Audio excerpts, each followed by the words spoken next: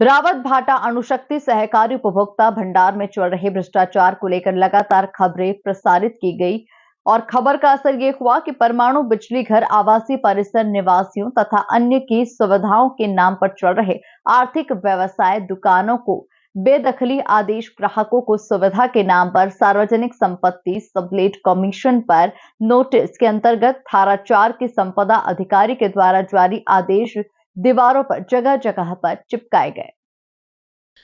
परंतु वर्तमान अध्यक्ष गिरिराज प्रसाद, जंगम सचिव नरेंद्र कुमार शर्मा, रामेश्वर प्रसाद सैनी, पूर्व सेवा मुक्त वर्तमान प्रबंधक द्वारा परमाणु ऊर्जा विभाग RI साइट प्रबंधक एवं अधिकारियों द्वारा बार बार लिखित नोटिस पत्राचार करने के बावजूद कोई संतोषजनक जवाब या जांच में प्रस्तुत तथ्यों को उचित नहीं मानकर अणुशक्ति सरकारी उपभोक्ता भंडार में चल रहे व्यापारिक अनुबंध दुकानदारों के करार सबलेट मशीन पर चलाए जाने व्यापारिक कार्यों को उचित नहीं पाया और सहकारी समिति उपभोक्ता भंडार लिमिटेड रावत भाटा समिति को कमीशन पर दुकान सबलेट संचालन करने का दोषी जैसी गंभीर अनियमितताएं एवं भ्रष्टाचार होने की संभावना से और सहकारिता के मूल्य उद्देश्य से भटक कर पिछले दरवाजे से कमीशन खोरी उजागर की खबरों पर मोहर लगी। खबर का असर और सहकारिता के नाम को डेंट लगवाने वाले संचालकों प्रबंधकों द्वारा अनधिकृत कब्जा व्यवसायीकरण को दुकान खाली बेदखली आदेश जारी करने की क्रिया प्रतिक्रिया भी हुई।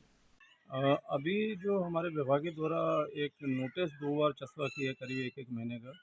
और उसमें ये प्राय विभाग के द्वारा माना गया है कि उसमें प्रॉपर्टी को सबलेट किया हुआ और कमीशन बेस पे वो दुकानें चल रही हैं। तो जो भी हमारे जो सरकारी संपत्ति है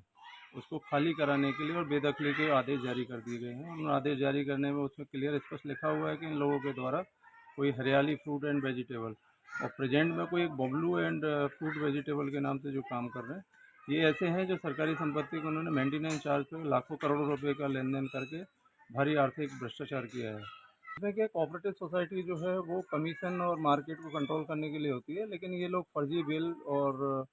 डिपार्टमेंट को कुछ बता के और अपने नाम दुकान चला के किसी दूर अन्य लोगों के नाम पे इन्होंने दुकान को सबलेट कर रखा था। और वो सबलेट का इम्पैक्ट ये आ रहा है कि वहाँ पे करीब इनकी ऑडिट के अनुसार